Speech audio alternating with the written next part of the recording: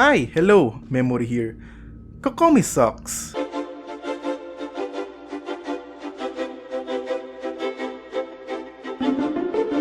Okay, before you dislike the video and comment bad things like I'm some meta slave bias, let me tell you this, I am a waifu-over-meta player. Like, I am the biggest Noelle main in the world.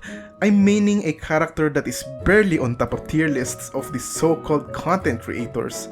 So going back to Kokomi because we're getting off topic, whenever there's a new upcoming character banner in Genshin Impact, there's always a lot of YouTube videos already telling people if the character's worth it or not, even though the banner's not even there yet. It's mostly assumptions and theories that we really can't fully trust. But now that Kokomi's banner is here, in Asia server at least, we can now have a very reliable basis to determine if she's good or not.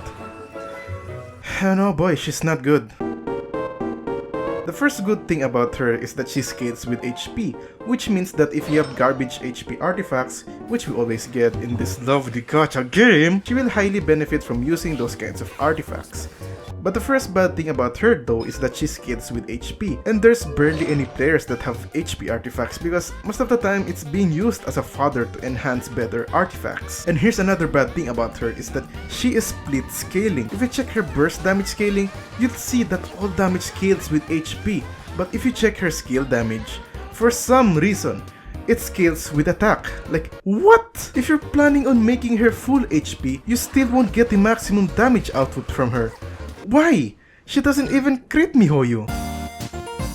Okay guys, let's check out her abilities and maybe it's unique from the other two Hydro Catalyst characters that are already in the game. So let's see. E summons this Hydro thing that deals Hydro damage to nearby enemies.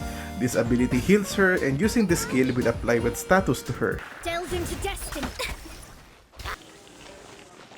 Let the show be. Okay, Q.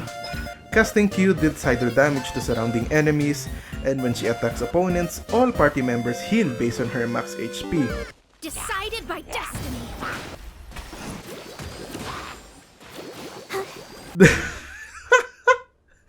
What? Also, to make matters worse, her ultimate disappears when she leaves the battlefield. Like, what?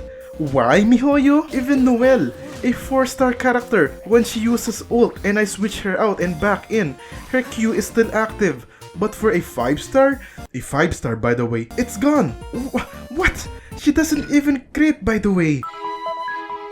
Her OTP weapon is this Everlasting Moonglow with HP percent as its main stat, and TLDR, the weapon gives healing and damage bonus based on max HP and restores energy after casting Elemental Burst. This is bad. Because okay, let's list all of the Catalyst characters aside from Kokomi that skates with HP percent and heals. 1. Barbara. 2. That's it.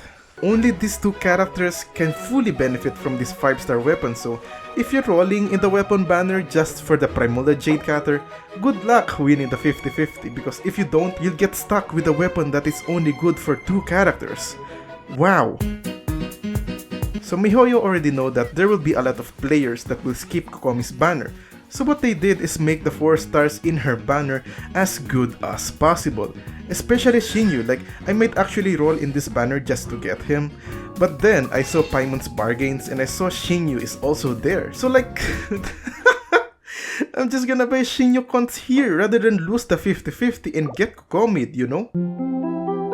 Unless you're a content creator rushing a shitty guide or a whale that doesn't know the concept of skipping banners or saving money, please don't rush on rolling for her unless we really need a huge amount of heals for some reason, or maybe if you really enjoy her aesthetic, because aside from gameplay, she looks really cool.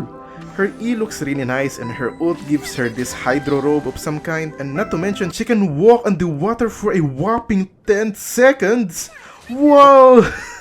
If you're into that, I won't judge you, I won't stop you. It's your account, it's your life. I'm just some guy on the internet making Genshin videos for fun. I just stated the facts about her, but you, the player, should be the last one to determine if you're gonna roll for her or not.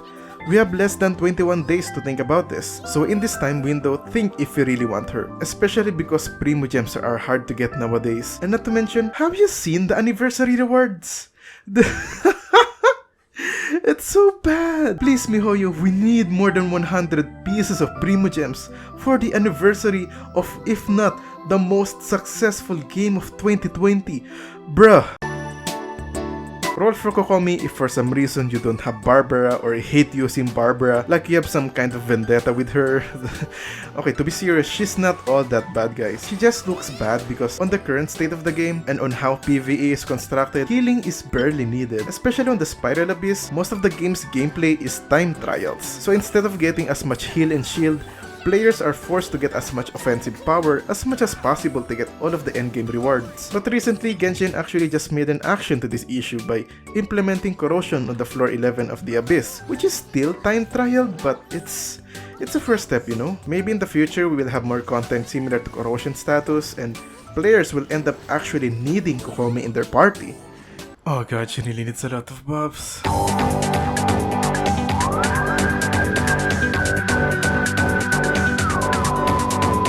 Yo mihoyo, what if, to make Kokomi good, we put the Corrosion Status everywhere in Teyvat? Also, make statues of the 7 not heal anymore. Also,